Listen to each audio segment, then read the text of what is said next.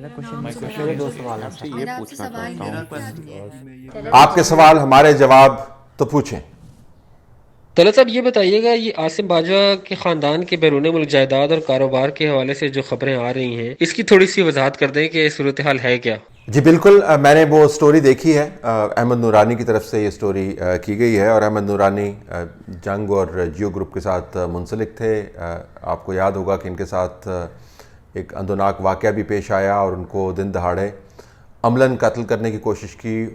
بہت کرشمہ ہوا کہ یہ بچ گئے، اور میرے کولیگ بھی رہ چکے ہیں جیو میں، اور ان کی رپورٹنگ سے میں واقف بھی ہوں. میرے پاس اس وقت کوئی ایسے ذرائع نہیں ہے جن کی بنیاد پر میں آپ کو بتا پاؤں کہ رپورٹ کا جو متن ہے وہ درست ہے یا غلط ہے. رپورٹ کے اندر جو اثاثوں کی تفصیل فراہم کی گئی ہے ان کے خاندان کی، جنرل عاصم کے خاندان کے اثاثوں کی تفصیل اور کاروبار کی تفصیل فراہم کی گئی ہے. میں اس کو اتنی جلدی ویریفائی نہیں کر سکتا، اور نہ ہی میرے پاس کوئی ایسی ٹیمز ہیں کہ جو اس کی چھان بین کر پائیں. لیکن 3-4 چیزیں کافی واضح ہیں. ایک تو یہ کہ وہ جنرل عاصم کے اثاثوں کے معاملات اور خاندان کے اثاثوں کے معاملات اب آپ کو اس سٹوری کے حوالے سے جڑتے ہوئے نظر آتے ہیں. ہم نے یہ دیکھا کہ جو نورانی صاحب کی ویب سائٹ ہے وہ بھی عملاً معطل کر دی گئی ہے، اور شاید یہ مواد بھی آپ کو کچھ عرصے کے بعد نظر نہ آئے یوٹیوب کے اوپر. پاکستان کے اندر باہر تو یہ سرکولیٹ کرتا رہے گا. اب یہ ایک عجیب و غریب قسم کی صورتحال ہے کہ جب خاندانوں کو، بیگمات کو، بچوں کو، بھائیوں کو اور رشتہ داروں کو آپ سٹوریز کے اندر لے کر آتے ہیں، اور پھر سوالات اٹھاتے ہیں کہ یہ اثاثے اس خاندان نے کیسے ڈیولپ کیے. جو ہدف ہے ظاہر ہے وہ عاصم باجوہ خود ہیں، اور ان کے حوالے سے بات کی گئی. اور سٹوری کے اندر یہ جو ٹوسٹ ہے وہ یہ کہ جو وہ فوج کے اندر ترقی کی منازل طے کرتے گئے، یہ کاروبار جو ہے ان کا پھیلتا گیا. 2002 آنورڈز انہوں نے بتایا.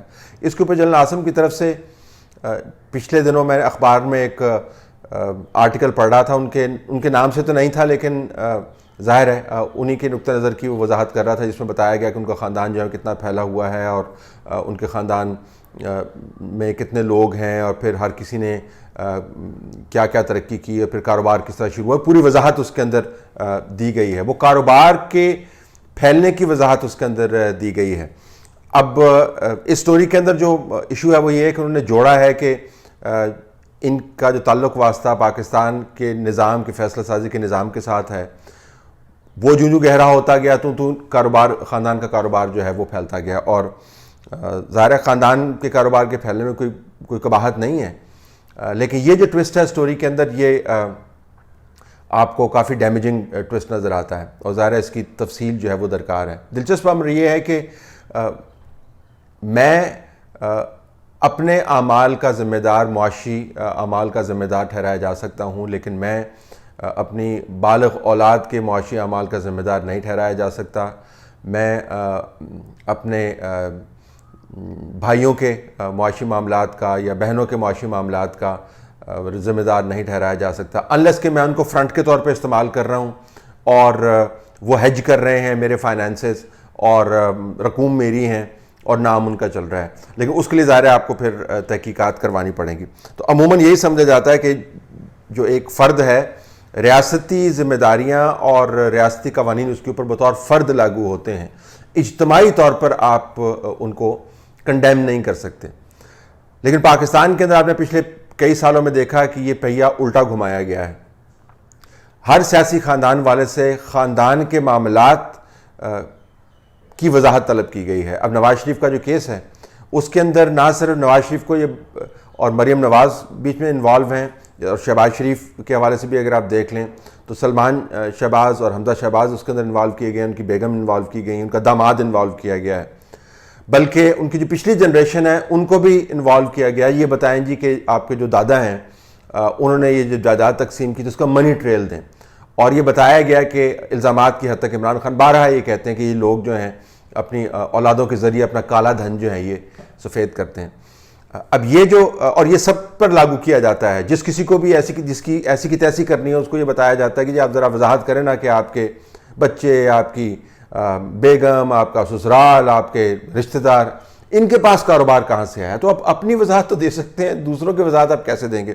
لیکن پاکستان میں چونکہ پہیہ الٹا گھمایا گیا ہے اور اس میں جبر کے ذریعے اور میڈیا کو استعمال کرتے ہوئے یہ ایک نیا قانون نقطہ بنایا گیا کہ نہ صرف آپ اپنے اعمال کے ذمہ دار ہیں بلکہ آپ کو یہ بھی وضاحت کرنی ہے کہ آپ کے دادا نے جو آپ کو پیسے دیے تھے وہ کہاں سے آئے تھے، اور آپ کی اولاد جو ہے اس کے پاس پیسے کہاں سے آئے۔ جسٹس قاضی فائز عیسی کا کیس کیا کیس ہے؟ یہی کیس ہے نا کہ جب آپ سٹنگ جج کو اسے یہ سوال پوچھ رہے ہوتے ہیں کہ آپ کی بیگم جو ہے یہ انہوں نے کتنے پیسے باہر بھیجے، اور آپ کے بچوں نے یہ فلیٹ لے لیے، کہاں سے فلیٹ لے لیے، تو آپ پورے خاندان کو بیچ میں انوالو کر رہے ہوتے ہیں۔ یہ پہیہ جان بوجھ کر گھمایا گیا ہے اور اب وہ پہیہ گھومتا گھومتا جو ہے وہ سب لوگوں کو روند رہا ہے۔ اور میں ہمیشہ سے، آپ اس بات کے گواہ ہیں، میں بولتا ہوں کہ جو بوتل میں سے جب آپ جن کو نکال دیتے ہیں تو پھر جن یہ تمیز نہیں کرتا کہ بھائی اس کو تو میں نے چھوڑ دینا ہے اور اس کو میں نے چھوڑ نہیں دینا۔ ایک روایت آپ نے قائم کر دی ہے جس میں آپ خاندان کے نام کو استعمال کرتے ہوئے اپنا حساب برابر کرتے ہیں، اور اس کیس کے اندر مجھے یہ ہوتا ہوا نظر آتا ہے۔ عاصم باجوہ صاحب کے پاس پلیٹ فارمز موجود ہیں، وہ اپنا منی ٹریل دے سکتے ہیں اگر وہ دینا چاہیں تو۔ اچھا، دلچسپ امر اس کے اندر یہ بھی ہے کہ اگر عاصم باجوہ صاحب ریٹائرمنٹ کے بعد یہ پوزیشن نہ لیتے اور ویسے ریٹائر ہو جاتے جیسے دوسرے فوجی افسران جو ہے وہ ریٹائر ہوتے ہیں، تو شاید یہ سوالات نہ ان کے بارے میں اٹھایا جاتا ہے، کیونکہ کسی اور کے بارے میں نہیں اٹھایا جاتا۔ وہ پبلک پوزیشن چونکہ انہوں نے ہولڈ کی ہوئی ہے تو اس وجہ سے ان کے اوپر بہت زیادہ فوکس ہے۔ پھر D G I S P R بھی رہ چکے ہیں، اور جو پہلے دھرنے ہوتے تھے اس کے اندر بڑے متحرک قسم کے D G I S P R تھے، تو انہوں نے اپنے لیے ایک امیج کریٹ کیا ہوا، ایک پبلک پوزیشن انہوں نے ہولڈ کی ہوئی ہے، جس کی وجہ سے یہ وضاحتیں ان سے مانگی جا رہی ہیں۔ لیکن میں نے آپ کو بتا دیا کہ عمومی طور پر جو اصول ہے پاکستان میں، وہ اصول وائلیٹ کیا گیا کہ ہم صرف اپنے معاشی اعمال کے ذمہ دار ہیں، وہ وائلیٹ کیا گیا، دوسروں کے اوپر یہ الزامات لگائے گئے۔ اب وہ گھوم کر الزامات جو ہیں وہ واپس آ رہے ہیں اور ہر کسی کو ہرٹ کر رہے ہیں۔ یہ اس کا صحیح آپ کو سباق ہے۔ میں نے بتا دیا کہ عاصم باجوہ صاحب کے پاس پلیٹ فارم موجود ہے، وہ وضاحت کر دیں جی کہ میرے تو یہ اثاثے ہیں، میں نے اس طریقے سے بنائے تھے، اور باقی خاندان والے جو ہیں ان سے آپ خود پوچھ لیں۔ لیکن جب سپریم کورٹ کے ججز سے یہ پوچھا جا رہا ہے جس ماحول میں کہ بھیا جی بتائیں نا آپ کے بچوں کے پاس کہاں سے آئے یہ پیسے، تو پھر اس قسم کی وضاحت دینا ذرا مشکل ہو جاتا ہے، کیونکہ سب پر جو آپ تشریح لاگو کر رہے ہیں پھر آپ پر بھی لاگو ہوتی ہوگی۔ نواز شریف صاحب جو آج کل تھوڑا بہت ایکٹیو نظر آ رہے ہیں، تو کیا ان کی واپسی ممکن ہو سکے گی اور یہ کیسز ختم ہو جائیں گے ان پہ سے، اور ان کو یعنی رعایت مل جائے گی، یا ان کو ان کی جو سزا کی جو معطلی ہے وہ پاسبل ہے؟ اچانک نواز شریف کا کیس بھی اوپن ہو گیا اور آج کل میڈیا کے اوپر بڑی خبریں آ رہی ہیں، اس کے پیچھے کیا چیز ہے؟ اس کے لیے تھوڑی سی رہنمائی کریں۔ آج انہوں نے 6 گھنٹے طویل دورانیے کا کابینہ میٹنگ کی ہے، اور جو سارے کے سارے وزراء، ساری حکومت نواز شریف لانے کی باتیں کر رہے ہیں۔ مجھے ایسا لگتا ہے کہ وہ نواز شریف کو لانا نہیں چاہتے ہیں، بس ایک ٹرک کی بتی کے پیچھے انہوں نے لگا دیا ہے، اور عوام جو ہے نا وہ صرف متوجہ ہو جائے اور ان کا کچھ اور ٹائم گزر جائے۔ اس کے علاوہ مجھے نہیں لگتا اور کوئی ان کا مقصد ہے، یہ لانا ہی نہیں چاہتے ہیں۔ عمران خان کیوں یہ جو کر رہے ہیں وہ لڑائی کر رہے ہیں اور ان سے پنجہ آزمائی کر رہے ہیں محکمہ زراعت سے، تو کیا ان کو اس بات کا ادراک نہیں ہے کہ اگر انہوں نے زیادہ ان سے پنگا لیا تو ان کا انجام کیا ہوگا؟ اس سے پہلے جو وزیر اعظم گئے بالخصوص بینظیر بھٹو، تو ظاہر ہے اس کا ڈر کیوں نہیں ہے عمران خان کو؟ تو آپ ذرا اس پہ اپنی تبصرہ فرمائیے گا۔ جی بالکل، متحرک نواز شریف نظر آ رہے ہیں، اور اگر عمران خان کا بیان پڑھیں جو چھپا آج کے اخبارات کے اندر، جس میں انہوں نے کہا کہ جب میں نواز شریف کی سیاسی سرگرمیاں دیکھتا ہوں تو مجھے شرمندگی ہوتی ہے، اور ساتھ انہوں نے ان کے حوالے سے بھی بیان لکھا گیا اخبارات کے اندر جو کہ انہوں نے دیا ہے کہ نواز شریف کو باہر جانے دینا غلطی تھی۔ اب یہ ایک بڑا کروشل موڑ ہے اس سارے تجزیے کے اندر، کیونکہ میں آپ کو بتاتا رہا ہوں کہ نواز شریف کی بیماری کے بارے میں جو رپورٹس تھیں وہ عمران خان نے خود انڈورس کی تھی، اور میں کسی ٹی وی چینل پر ڈاکٹر صاحب جو گئے تھے نواز شریف سے ملنے کے لیے، اور ڈاکٹر صاحب عمران خان کے بڑے دوست بھی ہیں اور ریپرزینٹ بھی کرتے ہیں شوکت خانم کو، اور اب ہیلتھ کے اوپر شاید ایڈوائزر بھی ہیں ان کے، تو وہ بتا رہے تھے کہ وہ عمران خان کی نیک خواہشات کا پیغام لے کے گئے تھے نواز شریف کے لیے۔ اگرچہ عمران خان نے بعد میں بتایا تھا کہ وہ انہوں نے وہ رپورٹس جو ہیں چیک کروائی ہیں اور وہ اس سے مطمئن ہیں، تو عمران خان نے اپنا طمانینت کا اظہار کر کے انڈورس کر کے نواز شریف کو یہاں سے بھیجا تھا، لیکن جہاز پر جاتے ہی عمران خان کا اندر کا غصہ جو ہے وہ ابل کے سامنے آیا اور انہوں نے کہا جی دیکھیں کیسے بھاگ بھاگ کے جا رہے ہیں۔ تو اب یہ بڑا کروشل موڑ ہے، کیونکہ اس کے اوپر ریاست کے اداروں نے بھی عمران خان کو یہ مشورہ دیا تھا کہ ان کو یہاں سے جانے دیں۔ تو جب وہ یہ کہتے ہیں کہ ہم نے غلطی کی ہے، تو وہ یہ کہہ رہے تھے کہ بھائی اصل میں نہیں جانے دینا چاہیے تھا، آپ کے کہنے پہ میں نے جانے دیا اور اب آپ دیکھیں کیا مسئلے کھڑے ہو رہے ہیں۔ تو ایک تو یہ کہ واقعتاً وہ پریشان نظر آتے ہیں کہ نواز شریف متحرک ہو رہے ہیں، کیونکہ نواز شریف کے متحرک ہونے کا مطلب ہے کہ پوری پارٹی اپنی جتنی بھی اس کی طاقت اور قوت ہے وہ کھل کے سامنے آئے گی اور پارٹی ان کی کھل کے کھیل سکتی ہے کہ وہ قائد جو متحرک ہو رہا ہے۔ ایک تو یہ ایشو ہے۔ دوسرا یہ کہ یہ جو نواز شریف کو واپس لانے کی باتیں ہیں، میرے خیال میں حکومت اپنے لیے کوئی ایسا مسئلہ نہیں کھڑا کرے گی۔ یہ ایک لاہور کی پنجابی زبان میں کہتے ہیں رنگ بازی ہے، یہ رنگ بازی چل رہی ہے اس وقت یہاں پہ۔ وہ رنگ بازی کیا ہے کہ جی اگر آپ باز نہ آئے تو ہم آپ کو واپس لے آئیں گے۔ بھائی نواز شریف کو واپس لا کر آپ ایک نیا سینٹر آف گریوٹی سیاست کے اندر آپ کھڑا کر سکتے ہیں، وہ مرکز ہو سکتا ہے جس کے گرد تمام کی تمام سیاست جو ہے وہ گھومے گی۔ تو اگر آپ کو یہ کرنا ہے تو پھر نواز شریف کو واپس لے آئیں۔ نواز شریف تو 100 بسم اللہ واپس آئیں گے اور وہ چاہیں گے کہ ان کی موجودگی کی وجہ سے سیاست جو ہے جماعت کی دوبارہ سے متحرک ہو۔ لہٰذا یہ کابینہ کی طرف سے جو باتیں ہو رہی ہیں یہ صرف ایک قسم کی رنگ بازی ہے۔ اور ویسے بھی نواز شریف کے اوپر فوکس کر کے کیا مسئلے حل ہو جائیں گے؟ آپ نے بالکل ٹھیک بات کی کہ اصل میں تو ایشو پاکستان کا معاشی ہے، اور اب کراچی کے اندر جو بارشیں ہوئی ہیں اس کے بعد آپ دیکھ لیں حالات کس قسم کے بنے ہوئے ہیں۔ جو آپ کا فائنینشیل ہب ہے وہ عملاً نیوٹرلائز ہو گیا۔ یہ میں بتا دوں کہ زلزلے سے زیادہ ڈسٹرکشن ہے کراچی کے اندر بزنس کی۔ یہ آپ کا کیا خیال ہے کہ پانی جب نکل جائے گا تو اس کے بعد حالات ایک دم نارمل ہو جائیں گے؟ نارمل نہیں ہو جائیں گے۔ لوگوں کے جو سپلائی چینز ہیں وہ ڈسرپٹ ہو گئی ہیں، مال جو ہے وہ تباہ ہو گیا ہے، اور اس کے بعد صفائی، گندگی، بیماری، اس کو ریسٹور ہوتے ہوتے سسٹم کو ہفتوں بلکہ مہینوں لگ جائیں گے۔ تو اس وقت جو فائنینسز ہیں ملک کے فائنینسز ان کا کیا حال ہوگا؟ تو اصل تو معاشی مسئلہ ہے، اس کے اوپر چونکہ حل آپ کو نظر نہیں آتا اگر جو بڑی مثبت سٹوریاں کروا رہے ہیں، تو اس وجہ سے زیادہ فوکس نواز شریف کے اوپر ہوتا ہے۔ عمران خان لڑ نہیں رہے، لیکن عمران خان کے اندر ایک لڑائی ابلتی ہوئی مجھے نظر آ رہی ہے۔ وہ کہتے ہیں there's a fight in his belly۔ لگتا ہے کہ وہ ایک ایسے نقطے پہ کی طرف جا رہے ہیں جہاں پہ وہ کہہ جی کہ بہت ہو گیا، میں نے 2 سال گزار لیے، مشکل گزار لیا، اب مجھے ذرا کام کرنے دیں۔ پتہ نہیں وہ اس معاملے کو آگے لے کے چلیں گے یا نہیں چلیں گے، لیکن لگتا یہ ہے کہ اس وقت وہ نواز شریف کے معاملے کے اوپر کافی ہتھے سے اکھڑ رہے ہیں، اگرچہ ان کو نہیں اکھڑنا چاہیے، کیونکہ وہ تمام کی تمام جو معاملات ہیں اس کے اندر انہوں نے خود ہی انڈورسمنٹس دی ہوئی ہیں۔ کسی اور نے تو ان کو کان سے پکڑ کے تو نہیں بٹھا دیا تھا نا جی کہ آپ یہ رپورٹوں کو مان لیں، بھائی آپ نے خود ہی جانے دیا تھا، تو اب خود ہی کہہ رہے میں NRO نہیں دوں گا۔ بھائی جب خود ہی جانے دیا ہے، آپ کے ایئرپورٹ سے گئے ہیں نا، آپ کے اداروں کے ذریعے گئے ہیں، تو ابھی کہہ رہے ہیں کہ میں NRO نہیں دوں گا۔ تو لگتا ہے کہ ان کے اندر کوئی بڑی لڑائی ابل رہی ہے۔ جو مراد علی شاہ صاحب ہیں وہ انہوں نے اسٹینفورڈ سے اسٹرکچرل انجینئرنگ میں MS کیا ہوا ہے۔ اسٹینفورڈ جو ہے تو دنیا کی ٹاپ 5 یونیورسٹیز میں آتی ہے، اور اسٹرکچرل انجینئرنگ جو ہے تو وہ دنیا کے مشکل ترین سبجیکٹس میں آتا ہے۔ تو اوبیسلی وہ جو پاکستان میں جو پولیٹیشنز ہیں ان میں یا تو ہائیسٹ کوالیفائڈ ہوں گے یا one of the top highest qualified ہوں گے، جس کا جو ہے تو عکس ہمیں ان کی پالیسی میں نظر آیا تھا جب کووڈ-19 کے بارے میں تھی۔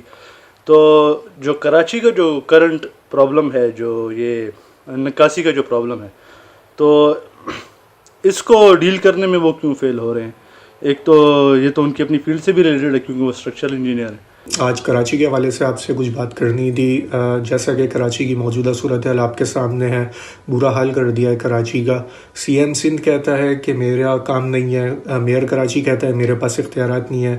کراچی وہ شہر ہے جو 60 to 70% ریونیو جنریٹ کر کے اس ملک کو دیتا ہے، اور اس ریونیو کا 60 to 70% ہمارے ڈیفینس کو چلا جاتا ہے۔ آپ کو کیا لگتا ہے، آپ کیا کہتے ہیں اس بارے میں؟ کیا آپ کو لگتا ہے کہ اب ڈیفینس کا بجٹ کم کر دینا چاہیے اور اس کا آدھا حصہ کراچی پر لگانا چاہیے؟ اللہ صاحب، ابھی ان بارشوں میں کراچی میں جو کہ ہوئی ہیں سندھ میں، اس سے رہڑ خب ڈیم جہاں سے کراچی کے لیے پانی کی سپلائی ہوتی ہے وہ 3 سال کے لیے کہا جا رہا ہے کہ وہ بھر گیا ہے. تو اب کیا ہمیں ٹینکر مافیا ویسے ہی پاورفل نظر آئے گا, ویسے ہی اس کے ٹینکر منمانی ریٹس کے اوپر چلیں گے یا نہیں؟ کیونکہ جہاں تک مجھے یاد پڑتا ہے پچھلے سال بھی یعنی کہ بارشیں ہوئی تھی کراچی کے اندر, اور کہا جا رہا تھا کہ اب ڈیم کے اندر کراچی کے لیے 2 سے 3 سال کے لیے پانی کا ذخیرہ ہو گیا, لیکن ویسے ہی کراچی کے مختلف علاقوں میں ڈیفینس اور کلفٹن میں قلت رہی تھی پانی کی, اور وہاں پہ ٹینکر مافیا کا راج تھا. ذرا کائنڈلی اس کے اوپر بھی تھوڑی ریسرچ کر کے ذرا بتائیے. شکریہ. جی آپ کے 2-3 پہلو ہیں یہ جو سوال پوچھے گئے. اس کے اندر مراد علی شاہ کے بارے میں آپ کو بتا دوں, کسی کا اسٹرکچرل انجینئر ہو جانا اس کی گورننس کی صلاحیت میں اضافے کا باعث نہیں بنتا. ضروری نہیں ہے کہ آپ کے پاس اگر ایک متعلقہ سبجیکٹ سے کی ڈگری ہو تو آپ اس سبجیکٹ سے جو آپ نے سیکھا ہے اس کو عملی پالیسی میں بھی تبدیل کر پائیں. اصل میں مسئلہ پالیسی کا ہے, اور پالیسی کی طرف اگر آپ آئیں تو یہ میں ابھی جب بحث سنتا ہوں نا کراچی کے بارے میں, کیونکہ کراچی کو میں نے بہت کور کیا ہوا ہے, سیاسی زاویوں سے بھی کور کیا ہوا ہے, اور انتظامی معاملات اور سیاسی معاملات جہاں پہ گڈبنڈ ہوتے تھے MKM کے زمانے میں کور کیا ہوا ہے, الیکشن کے دنوں میں ہم نے اس کو کور کیا ہوا ہے. تو میں آپ کو بتا دوں کہ شہر جو ہے نا وہ 2 دنوں میں یا 2 مہینوں میں نہیں بنتے, نہ ہی شہر جو ہیں وہ 2 دنوں اور 2 مہینوں کے اندر ٹھیک ہوتے ہیں. کراچی کا جو انفراسٹرکچرل سسٹم اس وقت بن گیا ہے, جو کہتے ہیں انفراسٹرکچر ہے ہی نہیں, بالکل غلط کہتے ہیں. بہت بڑا انفراسٹرکچر ہے کراچی کا, اور اس میں سے 90% جو ہے وہ غلط بنا ہوا ہے. اب یہ جو کہہ دینا جی آپ اس کو ڈسمینٹل کر کے ٹھیک کر دیں, سڑک سیدھی کرنا کراچی کے اندر ایک جو ہے وہ وبال جان بن جائے گا. لوگوں کے کاروبار اس کے ساتھ منسلک ہیں, روزگار اس کے ساتھ منسلک ہے. انکروچمنٹ ڈرائیوز آپ نے کر کے دیکھ لیں, وہ آپ ریڈی والے کو تو ہٹا نہیں سکتے پرماننٹلی, ایک پورے میٹروپولیٹن بیس کو آپ دوبارہ سے ریڈو کیسے کریں گے؟ تو یہ بڑا آسان ہے یہ کہنا. اور اس میں یہ دیکھیں کہ اس شہر کے انفراسٹرکچر کو برباد کرنے والے وہ کون لوگ ہیں. ذرا قبضہ مافیا ہے, تو قبضہ مافیا کی فہرست ذرا اگر آپ بنائیں نا تو آپ کو پتہ چل جائے گا کہ 50% تو اس وقت ملک کی سیاست کو چلا رہے ہیں. تو یہ کہنا بڑا آسان ہے. میں ایک بزنس مین کو بھی دیکھ رہا تھا جی کہ دیکھیں جی پارٹیوں نے کیا کیا اور یہ بڑی زیادتی ہوئی ہے, اور ہم جو ہے وہ اس کو فوج کے حوالے کر دیں اس کو فوج کے حوالے. تو جنرل پرویز مشرف کے دنوں میں فوج کے حوالے تھے نا, تو MKM کیا کر رہی تھی؟ فوج کے حوالے تھا. اچھا اس کے بعد رینجرز جو ہیں وہ لا اینڈ آرڈر مینٹین کرتے رہے ہیں, تو فوج کے حوالے ہی عملاً رہا ہے. اور یہ صاحب بیٹھے یہ باتیں کر رہے تھے, ان کا ریکارڈ بھی میں نے اٹھا کے دیکھا, تو جتنی جماعتیں آئی ہیں ان سب کو انہوں نے سپورٹ کیا. تو اس کراچی کے برے انفراسٹرکچر سے جو لوگ نے دھندا کر کے مال بنایا ہے, جو کوئی UK میں بیٹھا ہوا ہے, کوئی امریکہ میں بیٹھا ہوا ہے, کوئی دبئی کے اندر بزنس اسٹیبلش کیا ہے, تو کراچی سے لوگوں نے بہت مال بنایا. اور مجھے حیرانی ہوتی ہے یہی بزنس گروپس والے جو ہیں جو کراچی سے مال بنا کے اپنی جیبیں بھرتے رہے. آپ کہتے ہیں دیکھیں جی کراچی کے ساتھ کیا زیادتی ہوگی. They have been part and parcel of the problem. اچھا اب ڈیفینس بجٹ کیا آپ کم کرنا ہے؟ دیکھیں کراچی جیسے شہر کو ٹھیک کرنے کے لیے آپ کو ڈیفینس بجٹ کو کم کرنے کی ضرورت نہیں ہے. آپ کو سب سے پہلے تو ایک بنیادی بنے ہوئے شہر کو ریڈو کرنے والے ایکسپرٹ چاہیے. وہ ہیں آپ کے پاس ایکسپرٹ کہ ایک چلتا ہوا جو شہر ہے اس کو آپ نے کیسے ٹھیک کرنا ہے؟ یہ کسی کے پاس ایکسپرٹیز ہیں جو شہر بنانے والے ہیں اور شہر کو ریفارم کرنے والے ہیں. تو پہلے تو آپ کو سنجیدگی کے ساتھ یہ ایکسپرٹیز ڈھونڈنی ہوگی. اور دوسرا پھر یہ سوال اٹھانا ہوگا آپ کو کہ کیا واقعتاً آپ اس شہر کو ٹھیک کرنا چاہتے ہیں؟ شہر کو آپ ٹھیک کریں گے تو تمام کے تمام قبضے, تمام کے تمام انلیگل پوزیشنز, تمام کے تمام دھندے, بزنس, اور میں آپ کو کیا بتاؤں کہ وہاں پہ کیا کیا ہوتا ہے, وہ سب کچھ آپ کو درست کرنا ہوگا نا. تو کیا وہ کرنا چاہتے ہیں؟ اگر آپ کرنا چاہتے ہیں تو آپ کر سکتے ہیں, تو ضرور کریں. جب آپ کریں گے تو آپ ریئلائز کریں گے کہ ڈیفینس بجٹ کم کیے بغیر بھی آپ کر سکتے ہیں. لیکن کیا آپ کم کرنا چاہتے ہیں؟ کراچی کی موجودہ حالت جو ہے وہ بارشوں نے خراب نہیں کی, وہ اس تمام ایلیٹ نے خراب کی ہے جو کراچی کے بگڑتے ہوئے حالات سے پیسے بناتا رہا ہے, مال بناتا رہا ہے, چاہے وہ سیاستدان ہے, چاہے دوسرے لوگ ہیں یا بزنس مین ہیں, اور آپ بیٹھ کے چلا رہے دیکھیں جی کراچی کے ساتھ ہم نے کیا کر دیا. تو اتنی آسانی سے یہ معاملہ جو ہے وہ ٹھیک نہیں ہوگا. اب پانی کی سپلائی کا جو معاملہ ہے, آئی ڈونٹ نو جی, میں نے تو یہ دیکھا ہے کہ سمندر کے اتنی بڑی پٹی ہے اور ساحل کی اس کے سامنے جو ہاؤسنگ سکیمز بنی ہوئی ہیں ان کو پانی جو ہے سمندر سے ٹینکر بھر بھر کے سپلائی کر گیا. یہ میں 2-3 مہینے پہلے گیا ہوا تھا, میں نے خود دیکھا. میں نے پوچھا یہ کہاں پہ ٹینکر لے کے جا رہے ہو؟ اس نے کہا جی سامنے جو ہے وہ گھروں میں سپلائی کریں. میں نے کہا کھارا پانی, سمندر کا پانی تم بھر کے وہاں پہ دے رہے ہو. انہوں نے کہا جی کسی کو کیا پتا, پانی جب ہے نہیں تو سمندر کا پانی ہم ڈالتے ہیں, وہ سمجھتے ہیں پتہ نہیں کہاں سے لے کے آئیں. تو یہ تو نظام ہے, اگین سسٹم کی خرابی ہے. یعنی ایک ایسا شہر جو سمندر کے کنارے آباد ہے وہ پانی کو ترستا ہے, اور جب پانی اس کے اندر آتا ہے تو اس کو پتہ نہیں چلتا کہ پانی کے ساتھ ہم نے کیا کرنا ہے. تو یہ آسانی سے ٹھیک نہیں ہوگا. یہ بڑا آپ کو لگتا ہے جی کہ اگر ہم نے اس کو ٹیک اوور کر لیا تو یہ ٹھیک ہو جائے گا, اور اس میں اونرشپ کا بہت بڑا ایشو ہے. مراد علی شاہ صاحب نے کراچی کے اوپر توجہ نہیں دی, پلاننگ نہیں کی. میئر جو ہیں وہ لڑتے رہے آپس کے اندر اور باقی تماشا دیکھتے رہے, اور گورنر صاحب موٹر سائیکل کے اوپر گھومتے رہے. تو کوئی آپ کو کامنالٹی آف انٹرسٹ آپ کو نظر نہیں آتا, گراؤنڈ نہیں نظر آتا جس کے اوپر آپ مل کر یہ معاملات کو طے کر پائیں. تو جب وہ نہیں ہوگا تو پلاننگ نہیں ہوگی, تو یہی حال ہوگا. طلعت صاحب میرا نام محمد ہے. میرا کویسچن ریگارڈنگ عمران خان ہے کہ انہوں نے عوام میں اپنا امیج جو ہے وہ لبرل اور کنزرویٹو دونوں امیجز رکھے ہوئے ہیں. تو آپ نہیں سمجھتے کہ وہ بڑا سمارٹلی اس چیز کو لے کے چل رہے ہیں اور دونوں طرف کی سمپتھیز انہیں حاصل ہیں؟ اور دوسرا کویسچن یہ ہے کہ کیا آپ کو لگتا ہے کہ وہ ایک پاورفل پرائم منسٹر بننے جا رہے ہیں؟ میرا نام اسکر محمود ہے اور میں جھنگ سے بول رہا ہوں. پچھلے دنوں حکومتی وزیر یا مشیر انہوں نے بیان دیا ہے کہ عوام ہمارے ساتھ ہیں, لیکن انہوں نے اس ملک کا نام نہیں بتایا جس کے عوام ان کے ساتھ ہیں. برائے مہربانی اس کی تشریح کر دیں. دوسرا سوال یہ ہے, سنا ہے کہ ایک سابق چیف جسٹس نے نواز شریف صاحب سے معافی مانگی ہے, اور وہ چیف جسٹس وہ ہیں جن کی عدلیہ کی تاریخ میں سب سے زیادہ توہین ہوئی ہے. برائے مہربانی اس بارے میں کوئی تفصیلات بتا دیں.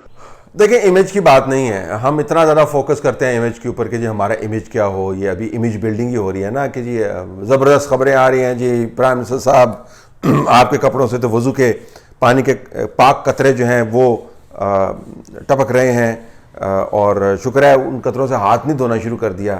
اس قسم کے جو چاپلوسی والے کام میں آپ کو نظر آتے ہیں, اس سے امیج بنتا ہے. لوگ ٹھٹھا کرتے ہیں ایسی باتوں کے اوپر. جن امیج بنانے والے جو ہیں وہ امیج بناتے ہوئے نادان دوست اور چاپلوس دوست جو ہیں وہ بیڑا غرق کر کے رکھ دیتے ہیں. لوگ سمجھتے ہیں کیا یہ کیا تھیٹر لگایا ہوا ہے آپ نے. تو امیج کا تو معاملہ نہیں ہے, آپ کا لبرل امیج ہو یا کنزرویٹو امیج ہو آپ رکھ رہے ہیں برقرار. اصل میں تو آپ نے ڈیلیوری آف سروسز کر رہے ہیں نا جی. آپ کنزرویٹو ہیں. اب اردوغان جو ہیں وہ ایک بڑا رائٹ ونگ قسم کا ان کی پارٹی کا سٹرکچر ہے, اور لبرل ٹرکی کے ساتھ ان کی بہت بڑی لڑائی ہے. اور لبرل ٹرکی جو ہے اس کی روٹس جو ہیں وہ کمال اتاترک تک جاتی ہیں. اتنی لمبی روٹس والے جو ہیں ان کی اتنی بڑی لڑائی. تو اردوغان نے سب سے پہلے جو بوسفورس کا پانی ہے اور اس کا جو ہاربر ہے اس کو صاف کیا. اس نے استنبول کو پہلے صاف پانی مہیا کیا. جب اس بطور مقامی سیاستدان اس نے کام شروع کیا تو اس نے ڈیلیوری آف سروسز کی نا جی, اس نے امیج کے اوپر تو کام نہیں کیا. تو حالانکہ مودی نے تو بعد میں آ کے تباہی پھیر دیا ہر طرف, اور وہ جب گجرات کے اندر بھی میسیکر اینڈ آل دیٹ وہ آپ نے دیکھا ہوگا, اور اس کے بعد اس نے ہندوتوا کے ایجنڈے کو اپنا کے اپنی سیاست چلانی شروع کی. لیکن پہلے جب گجرات کے اندر تھا تو مودی نے جو اپنا امیج بنایا ہوا تھا وہ کوئی رائٹ ونگ پولیٹیشین کا صرف امیج نہیں تھا, وہ ڈیلیورر آف سروسز کا امیج تھا کہ ایسا بندہ ہے جو کام کر سکتا ہے. یہ امیج بڑا ضروری ہے کہ آپ کام کر سکتے ہیں. باقی آپ کنزرویٹو ہیں لبرل, ایسے کیا فرق پڑتا ہے. میرا نہیں خیال کہ چیف جسٹس صاحب نے کوئی معافی مانگی ہے جن کا آپ ذکر کر رہے ہیں. ان کی معافی اور تلافی ہو بھی نہیں سکتی, اور اس کے ساتھ دوسرے لوگ بھی موجود تھے, صرف وہی تو نہیں تھے اکیلے. اب وہ ریٹائر ہو کے غائب ہو گئے ہیں. جو دو نمبریاں کی ہیں اس ملک کے اندر انہوں نے, وہ تاریخ کا حصہ, وہ جانے تو نہیں لگی. What goes around comes around, گلے میں پڑیں گی. سڑک پہ کبھی نکلیں گے تو کوئی نہ کوئی گلے میں پڑ جائے گا آ کے. تو انہوں نے میرے خیال میں کوئی معافی مانگی, اور عدالت کی جو توہین کی ہے اس کی ابھی ان کو سزا بھی نہیں ملی. لیکن حالات جو ہے نا وہ خود بہت بڑے منصف ہیں. واقعات جو ہے نا بہت بڑا جج ہے, اور زمانہ جو ہے نا وہ بہت بڑا عدل کا نظام بنا دیتا ہے از خود. تو یہ تبدیلی جب ہوگی تو پھر آپ کو نظر آ جائے گا کہ ان کو جو انہوں نے توہین کی ہے عوام کی اور عوام کے مینڈیٹ کی اور انصاف کی, اس کی سزا کیا ان کو ملتی ہے. باقی جو بیان دے رہے ہیں حکومتی وزیر مشیر، تو اس پہ تو رہنے ہی دیں آپ اس کو، اس کی کیا مزید ہم بات کریں گے. ان سے زیادہ بڑھ کے جو ہے وہ صحافی بیان دے رہے ہیں جن کا میں نے ذکر کیا کہ واہ جی واہ کتنا نیک بندہ ہے، کیا زبردست بات ہے، وضو کر کے آ رہے ہیں. السلام علیکم سر. یہ بات تو آپ کی ٹھیک ہے کہ ہمارے سیاستدانوں کی جو کھیپ تیار کی جاتی ہے اسٹیبلشمنٹ کی طرف سے، یا جن کو آگے آنے دیا جاتا ہے، بنیادی طور پہ وہ غیر سنجیدہ کاموں کے لیے ہی ان کو لایا جاتا ہے تاکہ مخصوص مقاصد حاصل کیے جا سکیں. لیکن آپ یہ بھی ساتھ فرما رہے ہیں کہ وہ جو افغان وفد آیا ہوا ہے اور ریاست کے وہ ذمہ داران بڑا سنجیدہ کام کر رہے ہیں. اس کو واقعی سنجیدہ ہے جیسے بھی لے کے آ گئے ہوں وہ، لیکن دوسری طرف جو سنجیدگی کا معیار ہے، پلیز تھوڑا اتنا اس کو وہ نہ کریں، موازنے میں اوپر نہ کریں. شکریہ. دیکھیں میں بات کر رہا تھا کہ یہ جو فریم بنتے ہیں نا پکچرز کے فریم، اس کے اندر کس طرح یہ چیزیں فٹ ان ہوتی ہیں. تو ایک جو تصویر آپ کو بنتی ہوئی نظر آتی ہے وہ یہ ہے جی کہ آپس میں لڑائی وڑائی کر رہے ہیں. دوسری طرف جو تصویر بنتی ہوئی نظر آتی ہے، میں اس تصویر کی بات کر رہا تھا، وہ یہ جی کہ بڑا زبردست کام ہو رہا ہے. اب افغانستان کے اوپر میرے خیال میں تو یہ تو اس کی وضاحت ہوگی جو میں نے کیا آپ کے لیے کہ جی میں یہ نہیں کہہ رہا تھا کہ بڑا سنجیدہ کام ہو رہا ہے، میں صرف یہ کہہ رہا تھا کہ جو تصویر بنتی ہوئی نظر آتی ہے، ایک طرف ایک ایسا کلاس روم ہے جس کے اندر اسٹوڈنٹس جو ہیں ٹیچرز کے ساتھ مل کر دھما چوکڑی مچائی ہوئی، دوسرا ایک کلاس روم ہے جس کے اندر ایٹ لیسٹ جو ہے وہ اسٹوڈنٹس آپ کو بیٹھے ہوئے پڑھتے ہوئے نظر آتے ہیں. وہ پڑھ رہے ہیں نہیں رہی ہے ایک علیحدہ بات ہے، امیج یہ بنتا ہے. افغانستان پیس کی پوسٹ جو ہے وہ ہے سنجیدہ، یہ میں آپ کو بتا دوں. اس کے اوپر میں لکھوں گا بھی، آپ اس کو ٹویٹ بھی کر دوں گا، آپ اس کو فالو کیجیے گا. میرے خیال میں کافی سنجیدہ کوشش ہے، جن فیکٹرز کی بنیاد پر بھی کوشش کی گئی ہے، لیکن ہے یہ سنجیدہ کوشش، تو اس کو ہلکا نہ لیں. لیکن وضاحت کرتا چلوں کہ جو جن فریمز کی آپ بات کر رہے ہیں نا، وہ فریمز میں نے امیج کے حوالے سے بتایا تھا کہ امیج یہ بنتا ہوا نظر آتا ہے.